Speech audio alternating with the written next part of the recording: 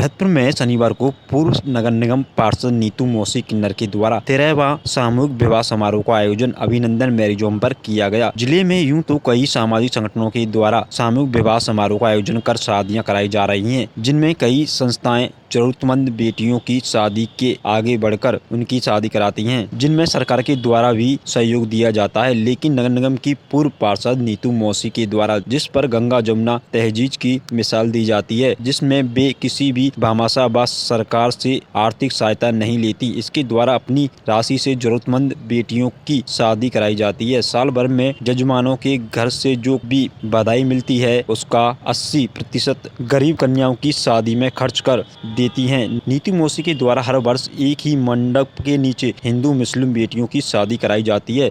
नीतू मौसी अब तक 13 सामूहिक विवाह समारोह के दौरान 130 गरीब हिंदू व मुस्लिम बेटियों की शादी करा चुकी है। सामूहिक विवाह समारोह में उनके द्वारा कन्या को 5 तोला सोना, चांदी की बिछिया, तोड़िया, हाथ की घड़ी, फ्रिज, कूलर, बेड सहित 51 बर्तन के साथ गृहिणी का पूरा सामान दिया जाता है। विवाह सम्मेलन की सबसे खास बात यह है कि एक ही विवाह मंडप में वैदिक मंत्र और निकाह की आयतें गूंजती हैं। इस मौके पर शहर के लोगों के द्वारा सामूहिक विवाह समारोह में कन्याओं को अपनी ओर से तोहफा देकर कन्या दान कर वर वधू को आशीर्वाद दिया जाता है। गरीब कन्याओं की शादी कराने को लेकर 74वें गणतंत्र दिवस के अवसर पर जिला स्तरीय गणतंत्र दिवस समारोह में किन्नर नीतू मौसी सम्मानित हो चुकी हैं।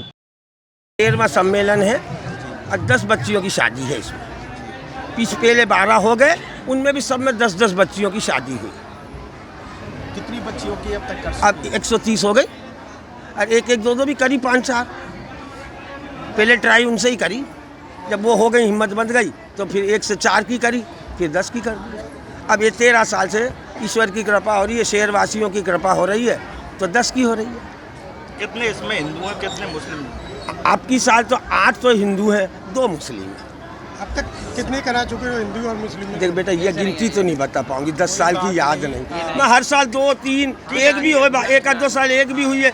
अपनी जनसंख्या कितनी है मुसलमान की? 60-40। हाँ ना, 60-40 भी नहीं है बेटा, 25-75। हाँ, समाज को क्या संदेश देना चाहिए? समाज के लिए यही संदेश है, न कोई काम बड़ा होता है न कोई काम छोटा होता है। दिल की धारणा होनी चाहिए, सब पूरा होता है।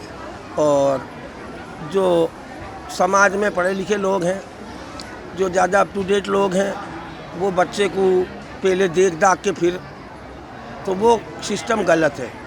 आज उन्हीं की उन गलतियों का नतीजा है कि 40-40 साल के लड़के कमा रहे हैं। ईश्वर का कुदरत का संतुलन न बिगाड़े। इस जो किसी का लड़का कुंवारा रह जाएगा, लड़की किसी की कुंवारी देखी आज तक? किसी की नहीं रहती। तो इस बात के भ्रम में ना रहें कि खर्चा होगा, ये होगा। भाई तुम्हारे बस की हो जितना पढ़ाओ, तुम्हारे बस की हो जैसा खिलाओ। तुम्हें 15, 17, 20 साल ही तो खिलानी है। 60 साल की समस्या तो दूसरे की है।